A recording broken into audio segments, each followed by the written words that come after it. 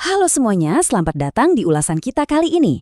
Hari ini kita bakal membedah sesuatu yang mungkin udah lumayan sering kalian dengar, apalagi buat yang hobi jalan-jalan di wilayah Jawa Tengah. Yap, Gunung Telomoyo. Pasti banyak dari kalian yang tahu tempat ini karena aksesnya yang gampang banget kan? Tapi percaya deh, di balik pamornya yang kekinian buat sekedar foto-foto, gunung ini nyimpen sejarah panjang yang super sepi, tenang, tapi luar biasa memukau. Jadi, yuk kita langsung aja kupas tuntas apa sih sebenarnya yang disembunyikan sama sang penjaga sunyi ini? Coba bayangin bentar deh. Kalian pengen banget ngerasain sensasi ada di puncak gunung, ngirup udara dingin, dan lihat lautan awan. Tapi, lagi males banget buat trekking berjam-jam ngelewatin hutan lebat. Terus gimana? Nah, tahu nggak sih, ada satu gunung di Jawa di mana kalian bisa tinggal ngegas motor, jalan santai di aspal, dan tiba-tiba udah sampai aja di puncaknya tanpa harus capek-capek mendaki. Gunung itu ya Telomoyo ini, menarik banget kan? Kapan lagi coba bisa naklukin sebuah gunung sambil duduk manis di atas jok motor?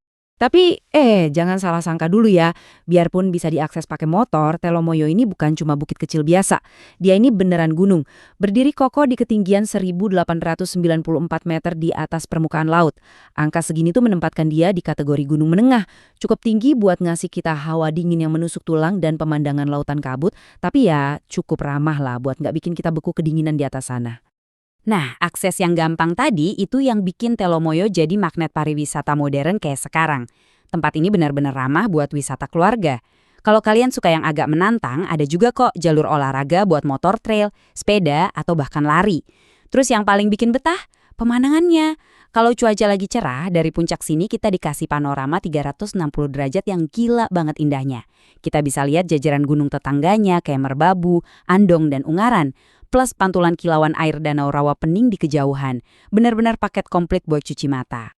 Oke, kita masuk ke bagian pertama, fondasi purba, realitas geologis. Sekarang kita kesampingin dulu soal wisata-wisatanya. Ibarat ngupas lapisan bawang, kita harus lihat lebih dalam buat bener-bener ngerti Telomoyo dari sisi geologi purbanya. Coba kita bandingin sama tetangganya yang jauh lebih populer, Gunung Merapi.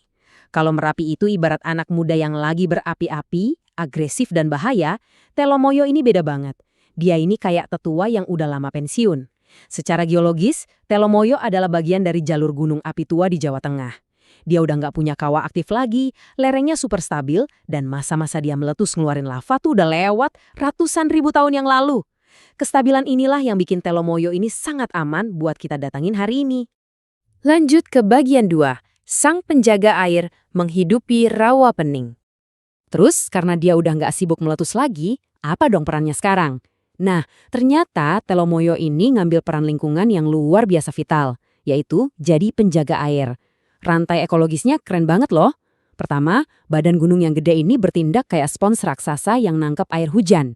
Kedua, berhubung lerengnya stabil dan penuh vegetasi, airnya nggak langsung bablas jadi banjir, tapi pelan-pelan keluar lewat mata air yang melimpah banget. Ketiga, air ini mengalir turun dan ngisi danau alami yang luas di bawahnya, yaitu Rawapening.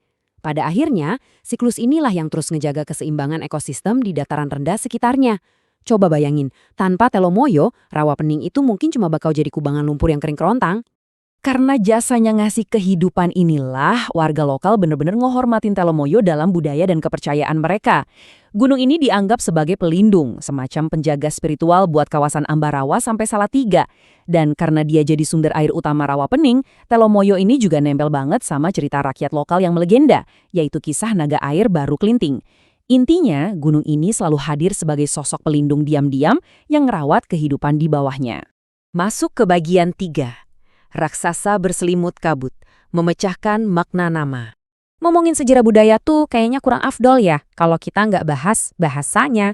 Nama tempat itu sering banget nyimpen rahasia tentang gimana leluhur kita ngelihat alam.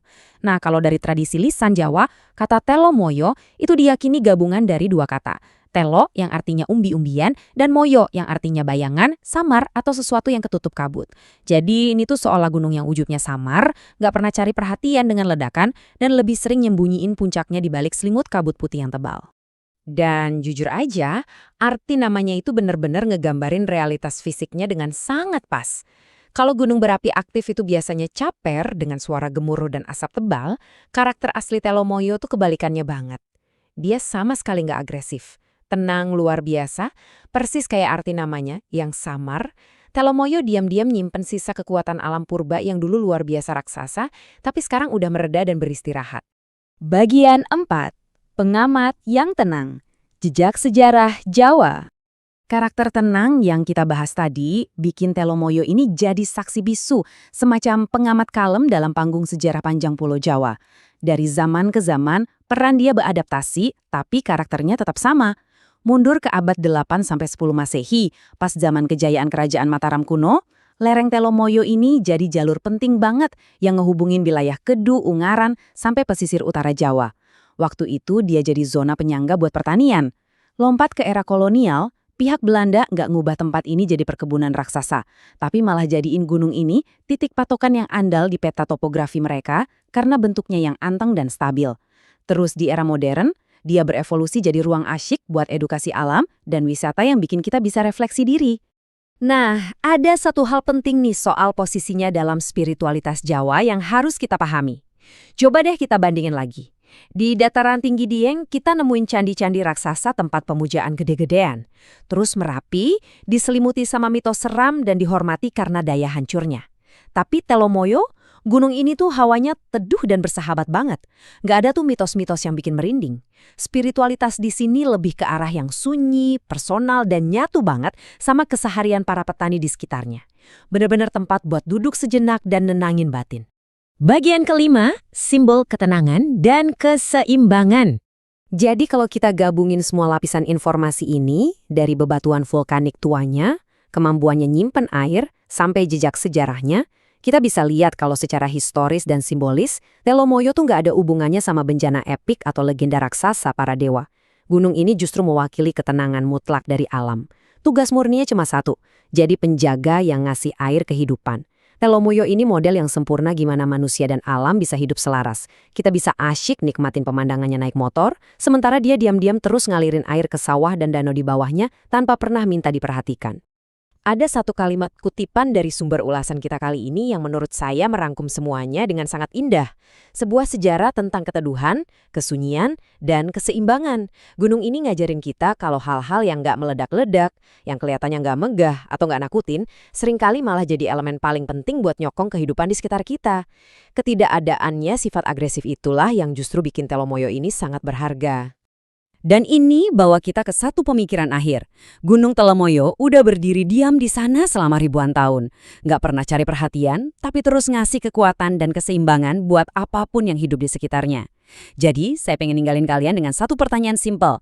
Di dunia modern yang serba cepat, berisik, dan penuh banget sama hal-hal yang nuntut perhatian kita, udahkah kalian nemuin sebuah Telomoyo dalam hidup kalian? Sebuah ruang tenang yang bisa nyiimbangin, mulihin energi, dan ngasih kekuatan batin buat kalian melangkah maju? Coba deh dipikirin. Terima kasih banyak udah ngikutin ulasan kita hari ini, dan sampai jumpa di pembahasan seru berikutnya.